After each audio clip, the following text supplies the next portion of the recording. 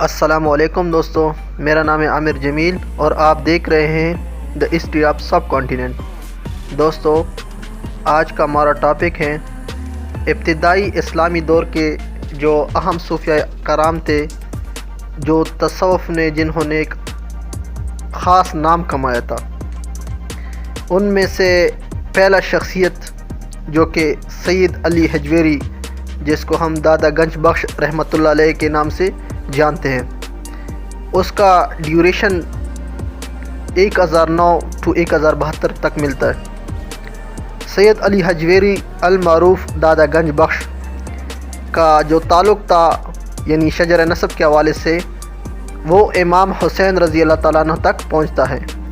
آپ کا سال پیدائش 1009 کے لگ بھگ ہے۔ آپ کئی برس تک وسط ایشیا کے کئی اسلامی ممالک میں تعلیم اور اس کے علاوہ صحت کے اراض سے مقیم رہے۔ آپ نے اپنی عمر کا آخری حصہ لاہور میں گزارا اور یہی سے تقریباً 1072 میں وفات پائی۔ دادا گنج بخش کی تصنیف کشف الموجوب اور تصوف کے مشہور و مقبول جو کتاب ہے، اس موضوع پر قدیم و جدید کتابوں میں سب سے جامع اور مسند سمجھی جاتی ہے۔ دادا صاحب نے پنجاب میں اشاعت اسلام کا بڑا کام کیا۔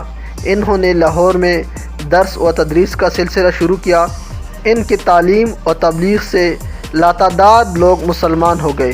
ان میں لاہور کا راجہ رائے راجو بھی شامل تھا۔ اس کے بعد جو دوسرا شخصیت ہے، اس کا نام ہے بابا فرید شکر گنج رحمۃ اللہ علیہ۔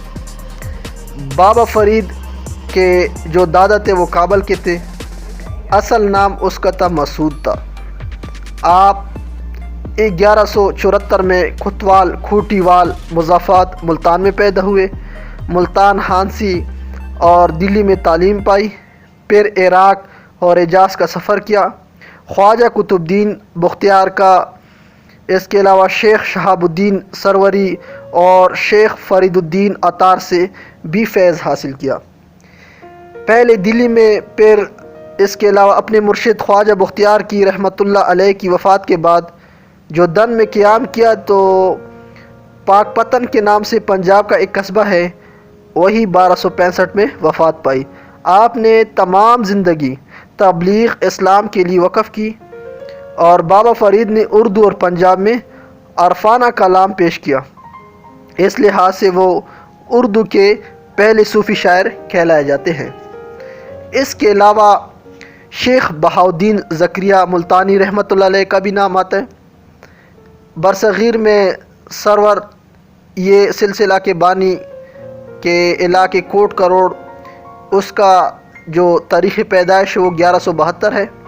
خراسان اور بخارا میں تعلیم حاصل کی۔ حج کے بعد 5 برس تک مدینہ منورہ میں روضہ رسول صلی اللہ علیہ وآلہ وسلم کے پاس رہے۔ پھر بغداد جا کر شیخ شہاب الدین سروری کے مرید اور خلیفہ ہوئے۔ اپنے مرشد کے حکم سے ملتان تشریف لائے۔ ان لوگوں کی موجودگی سے ملتان علم اور تصوف کا مرکز بن گیا۔ ہزاروں لوگ ان کے دستحق پر اسلام قبول کیا۔ 1257 میں جب منگول ملتان پر حملہ آور ہوئے تو آپ کی حکمت عملی سے ملتان منگولوں سے محفوظ رہا۔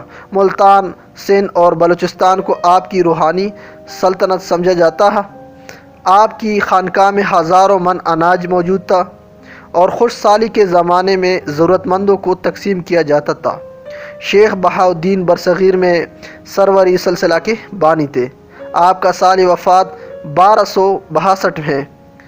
آپ کو قلعہ ملتان میں دفن کیا گیا۔ آپ کا مزار ملتان کی سب سے بڑی زیارت گاہ ہے۔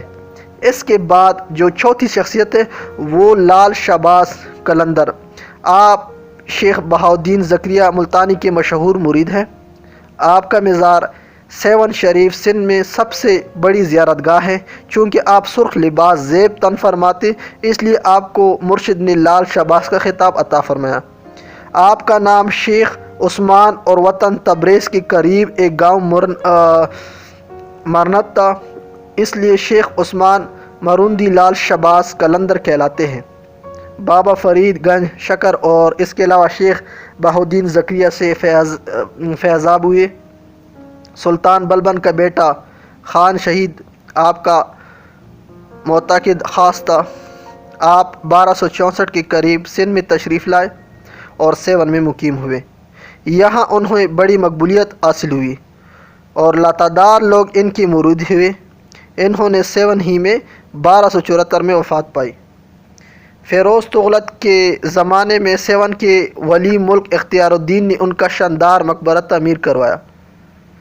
شکریہ۔